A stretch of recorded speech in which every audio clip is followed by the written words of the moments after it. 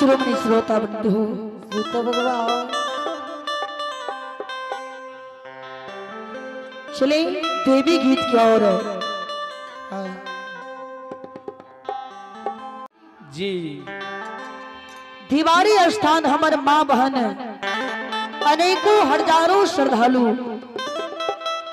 माँ के प्रांगण में जाइए, माँ का सांझ दैया, माँ के दीप जलावैया, माँ के पूजन करैया, माँ से आरजू विनती करे छे, हे मैया हे देवी माँ,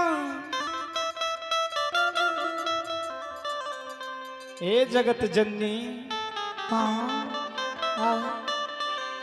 हे जगत के पालन करे वाली माँ, हे दुखिया के दुख हरे वाली माँ।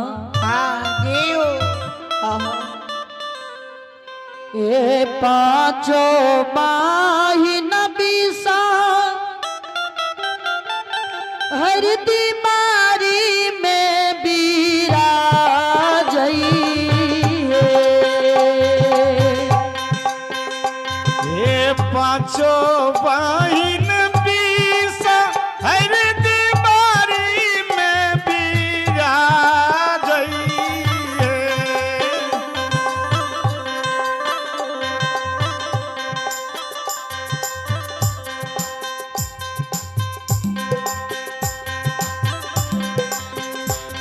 हे पांचों बहिन बीसा हर बीमारी में बीरा जइए। हे माता बहिन सब दैला जइया सान, माता दया करबैये। हे माता बहिन सब दैले जाइ छै सान, माँ ओरी दया करबैयो। कथी के गहपार माता कथी लागल के बरिया, हे कथी के गहबर मके कथी लगल के बरिया यो। कथी के गहपार माता कथी लागल के बरिया, हे कथी के गहबर मके कथी घर के बरिया। माँ दिया जैती बहरी अस्थान, मैया मोरी दया करबैये।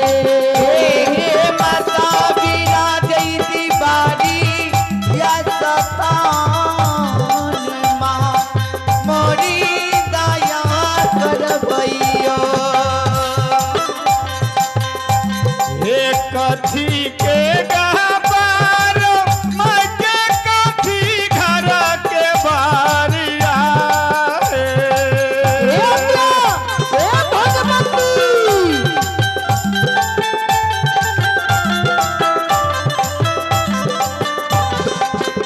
हे माता विराजती बारी आस्थान,